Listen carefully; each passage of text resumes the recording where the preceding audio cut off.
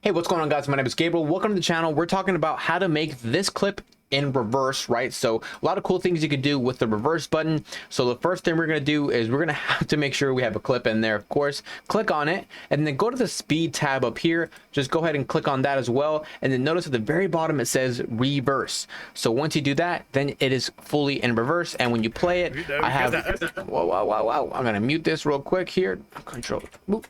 So now that it's playing here, you can see that my buddy is climbing the roof backwards now. He is, and actually it's playing in reverse.